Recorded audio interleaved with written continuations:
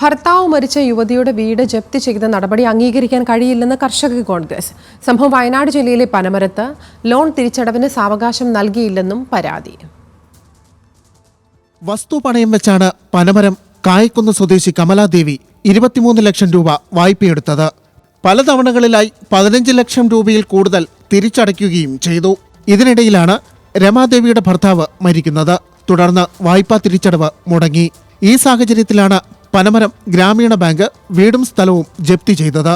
Loan തിരിച്ചടയ്ക്കാൻ സാവകാശം ചോദിച്ചെങ്കിലും നൽകിയില്ലെന്ന് കർഷക കോൺഗ്രസ് വയനാട് ജില്ലാ കമ്മിറ്റി ആരോപിച്ചു. ഇവരെ നോട്ടീസ് പോലും കൃത്യമായി കൊടുക്കാതെയാണ് ജപ്തി നടത്തിയിട്ടുള്ളത്. അതുപോലെ തന്നെ അടുത്ത ഇതിൽ ലേലത്തിന് ഭൂമി വെച്ചിരിക്കുകയാണ്. ഇവരെ സംബന്ധിച്ച് ഇവർക്ക് ഇറങ്ങിപ്പോകാൻ മറ്റൊരു സ്ഥലമില്ല. അവർക്ക് സാവകാശം കൊടുത്തുകൊണ്ട്, ലോൺ തിരിച്ചടയ്ക്കാനുള്ള സാവകാശം കൊടുത്തുകൊണ്ട് അവർക്ക് ബാങ്ക് ഒരു അനുകമ്പയോടെ ഒരു പരിഗണന ഉണ്ടായില്ലെങ്കിൽ വലിയ ബുദ്ധിമുട്ടിലേക്കാണ്, പ്രയാസങ്ങളിലേക്കാണ് അവർ പോകുന്നത്. ജപ്തി നടപടിയുമായി ബാങ്ക് മുന്നോട്ടു പോയാൽ ആത്മഹത്യ മാത്രമാണ് മുന്നിലുള്ളതെന്ന് കമലാദേവി പറയുന്നു. ഞങ്ങൾക്ക് ഇനി ഇത്രയും ഒരു എമൗണ്ട് അടയ്ക്കാനുള്ള ഒരു നിർവാഹമില്ല. ഇവിടെ നിന്ന് ഇറക്കി വിട്ടാൽ എനിക്ക് വേറെ സ്ഥലമില്ല പോകാൻ.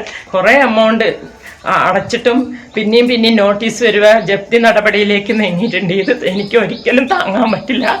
ലേലവുമായി ബാങ്ക് മുന്നോട്ടു പോവുകയാണെങ്കിൽ സമരത്തിലേക്ക് കടക്കാനാണ് കർഷക കോൺഗ്രസ് തീരുമാനം. ന്യൂസ് മലയാളം, വയനാട്.